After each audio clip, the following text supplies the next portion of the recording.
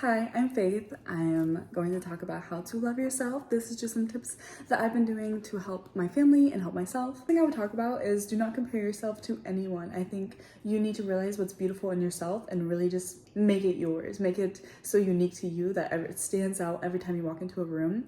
For example, I had a friend in my class and she was, in my opinion, absolutely stunning, and we were sitting in class one day and I was like staring at her. I was like staring at her face. Which sounds so creepy, but I was like so mesmerized by her appearance. And I was like, wow, like she didn't have like, I guess the quote unquote like up nose or like very like petite, whatever nose. And I was like, gosh, your nose is so beautiful. Your nose is so like mesmerizing to me. And she was like, what?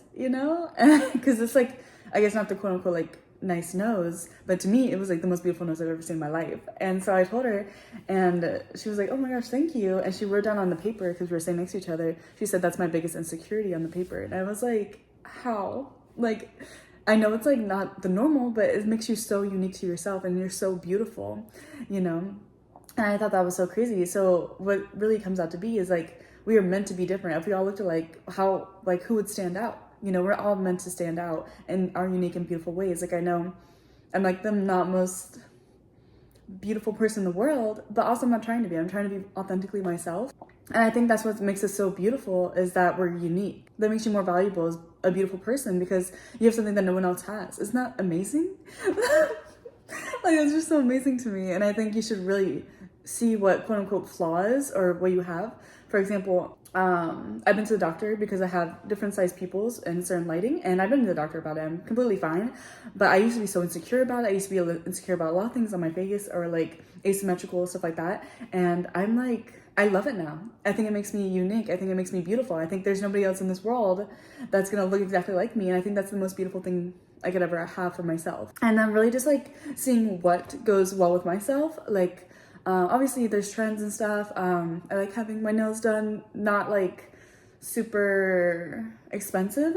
Like these are from like CVS or Walgreens or something, and they're just press-ons. It's just like do the little things that make you feel beautiful. But don't try to be somebody else. Be authentically yourself. Be authentically you, and you're beautiful.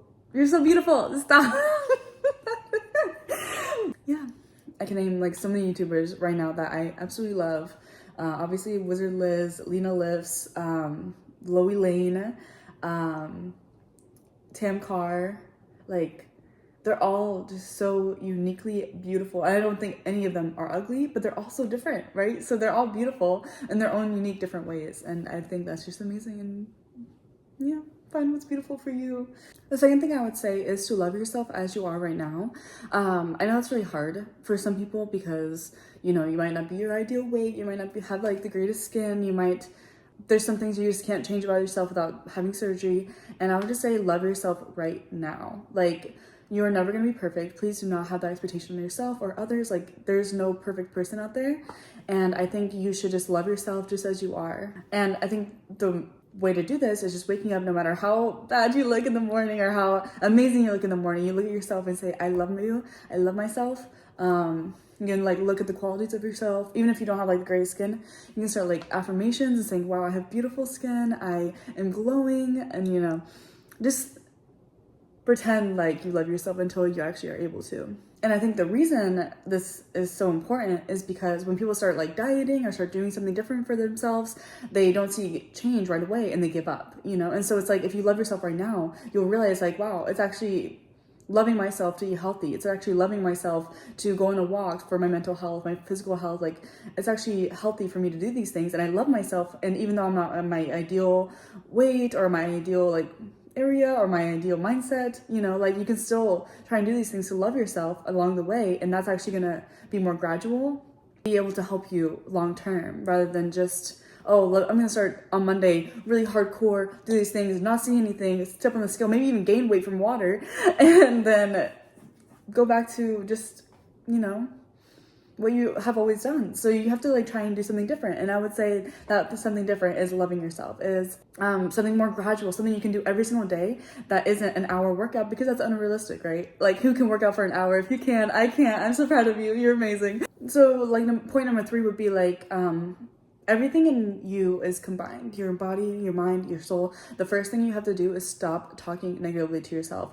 Anything that comes up, you think the thought, like, thank you for saying that, but actually I'm really beautiful, you know, like, or if you have this thought, it's like, oh, I'm not good enough. I'm like, thank you for the thought, but I think I'm really good enough. And I think there's a lot of people out there who think I'm worthy of their time and worthy of their presence, you know, and it's not like you're gonna make everyone happy, but it's like these people who really appreciate it really matter, you know, who really like love you really matter. And so the body, mind, and soul are all together, all in one. And so I would say do something, one thing a day for each of those. So you can, for your body, you can go for a walk. I do like Move by Nicole Pilates, or Move with Nicole Pilates. And I think it's just so fun to do. And I did it with my mom and it was so fun. And it's a really great way to just move your body a little bit. You could also do walking, running, you can play tennis. You can do something that's really fun, but as long as it's moving your body, getting yourself away from the desk, getting yourself off your phone, like just do something for your body. For your mind, you can do something like reading a book and something you're interested in, or learning a language, or trying, I can think of a third one. Okay, and then for your soul, you could do something like meditating. 5 minutes a day is like really, really short. Journaling is an amazing way. And then yoga is something you can do for body, mind, and soul even. Like you can even incorporate all of them if you can't do all of them, all three of those, you know, in one day. I would love for you to be able to, and I hope you can have time to put for yourself, but if it's not realistic, try and incorporate all of them into one, you know? Like even if the book is reading for your mind, it's also healing the trauma that was caused that you never even knew about. You know, that's something that's really important, healing the trauma. I know I used to have, I'm still kind of getting over it. It's not like a linear scale, but I used to binge eat a lot and I didn't know why, you know, and I started healing trauma actually for something else. And I started realizing like, wow, I'm actually not craving those foods anymore. I'm actually like, if I have something, I'm not going to start eating more. And it's because binge eating is actually a trauma for me for something, and I don't really know what it is yet, but I know I'm working towards something, and it's all started like getting better, you know? You don't realize how good you can feel until you start implementing these things into your life. So I love reading. So I started reading this year to better myself and to become physically, mentally, everything healthier, and I'm so grateful for my journey. Of course, I have setbacks, everybody does, but one of the books that has really helped me is Atomic Habits, and I know everyone loves this book, and so basically I'm just gonna give you a little rundown of what helps me the most. And so when you have such a busy schedule and you're trying to implement everything, so I used to do this, I would literally be like, okay, I'm going to wake up at 5 a.m., go for a run, go to the gym for an hour. I'm gonna eat nothing but fresh, healthy, delicious food. And, you know, it was just like overwhelming. So even though like I wanted these things, it's just not that easy to go from like, oh, total chaos. But when you realize that's not realistic, that is when progress starts to happen. When you realize, okay, what can I do right now? And so what the Atomic Habits book talks about is give yourself 2 minutes. So I would set like, and I would start with one goal. And if you want to add more, but make sure like it's something you can really stick with. So for me, the Pilates was something that I really, really enjoyed. I thought it was really good to move my body because I wanted to be healthy, but also like stretch and like become more flexible and like more movement in my body. So give yourself 2 minutes to do whatever the goal is that you want to do. And so the goal would be to lose weight. Okay, how are you gonna lose weight though? You know, like that's a lot of steps.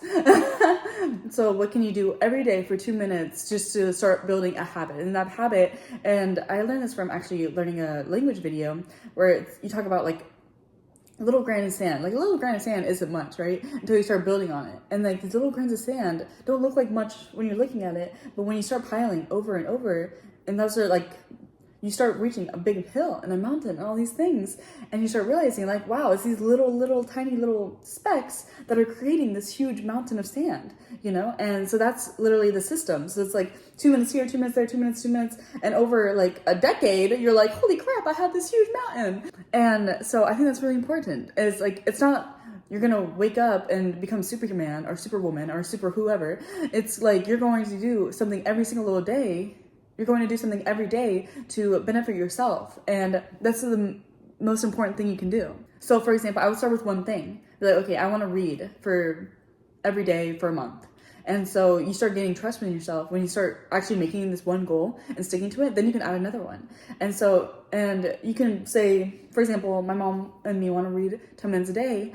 And so it's like, okay, we read, but there's some days, you just don't want to read. There are some days that you had a really bad day at work or at school and someone made you cry and you're just like, wow, I really don't want to read right now. There are those days, and everybody has those days. But the 2-minute rule makes it so you can continue the journey without overwhelming yourself. And like, if you have 2 minutes, I really hope you can do this. A lot of people have 2 minutes. And so it's like, if you have this 10-minute goal, let's just do it to 2 minutes and keep it for ourselves. So it's like, and then you realize, okay, do I still want to keep reading? Is it actually helping me? Is it actually benefiting me? The point is to keep that goal. So if you want to stop at 2 minutes, you can. If you want to go on a walk and you're like, man, I am sore, I don't want to go for a walk, like, oh, it's raining outside. And so you can literally just walk around your house for 2 minutes and then see how you feel, So the 2-minute rule has helped me so much with keeping myself accountable and be like, okay, I can do anything for 2 minutes, And I think that's just such an amazing way. So what are the goal, but make the systems behind it. Drinking water, reading, journaling, all these things, they're going to help you so much, and I hope they do. Something else that has helped me is figuring out who my highest self is and figuring out like, okay, who do I want to become? Like, who is my highest self? And I wrote down so much. I probably wrote down like a page and a half of my highest self is. Then I wrote down like her career. I wrote down the goals that I have basically for myself.